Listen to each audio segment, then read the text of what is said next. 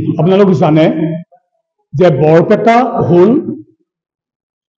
সত্ৰ সংস্কৃতিৰ পীঠস্থান, যাক আমি দ্বিতীয় বৈকুণ্ঠপুৰী বুলি কওঁ। ইয়াত প্ৰতিটো মুহূৰ্ততে আপোনালোকে শুনিবলৈ পাব, প্ৰতিটো সময়তে হৰিগুণ গান। সেয়ে কবিয়ে কৈছিল, কবিৰ মুখত নিশ্চিত হৈছিল, তাহানিয়ে শৈলতৰ ৰাস্তাই কৈছিল, আকাশত হৰিনাম, বতাহত হৰিনাম, হৰিনাম শিশুৰ মুখত। এই যিটো ভক্তিধাৰা বৰপেটাৰ, এই ভক্তিধাৰাটো হ'ল সত্যকেন্দ্ৰিক আৰু কৃষ্ণমুখী। আৰু ইয়াৰ লগত সংগতি ৰাখি আহোমীয়া 15শ শতিকাত শ্ৰীমন্ত শংকৰ মাধৱ গুৰুৱে আজি যিটো প্ৰতিষ্ঠা কৰিছিল, আজি দৌল উৎসৱ, এই দৌল উৎসৱ ধাৰাবাহিকভাৱে চলি আহি আছে।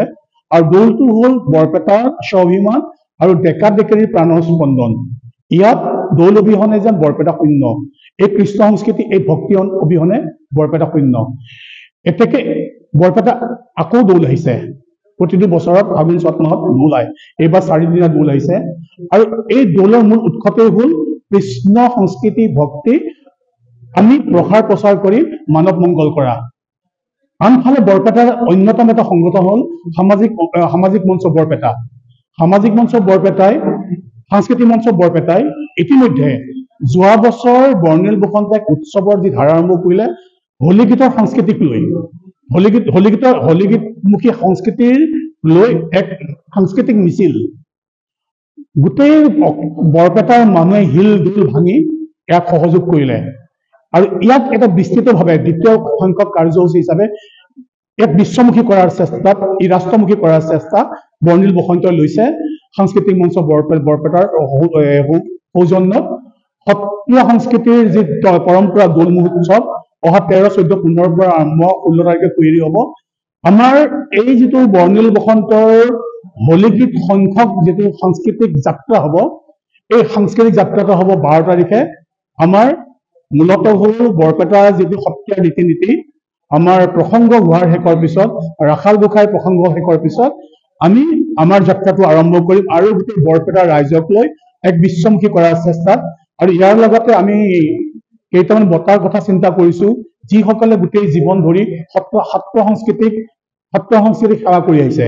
এগৰাকী সেৱিকা হ'ল কণিকা পাঠক, তেওঁক আমি সত্ৰ সংস্কৃতিৰ সেৱিকা বঁটা দিয়া হ'ব।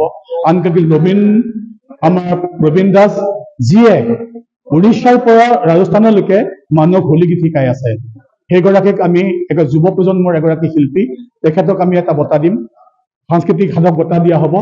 আনফালে আন এগৰাকী ব্যক্তি, যিগৰাকী অনুভূতি বা যিগৰাকী স্পৰ্শ আমি কেতিয়া নাপাওঁ, সেইগৰাকী হ'ল জয়ন্ত ওজা, যি আমাৰ মাজৰ পৰা গুচি গ'ল। বহুত দিশ হ'ল আমাক। তেখেতৰ শিল্পীৰ যি সত্তা, সেই শিল্পী সত্তাৰ মাজেৰে যিটো দৌল উৎসৱৰ হোলীগীতৰ যি কৃষ্টি, ই বিনন্দীয়া কৰি তুলিছিল।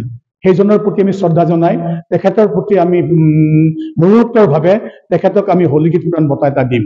এই গোটেইখিনি কাৰ্য হ'ব। ইয়াৰ লগত স্মৰণিকাখন হ'ব। ই মূলতঃ হ'ল বৰপেটা যিটো হোলী উৎসৱ, যিটো কৃষ্ণ ভক্তি, ইয়াক যি এক সংস্কৃতিময় কৰা আৰু এই সংস্কৃতিময় চিন্তাৰ মাজেৰে সমাজখন সুন্দৰ কৰা, শাশ্বত কৰা।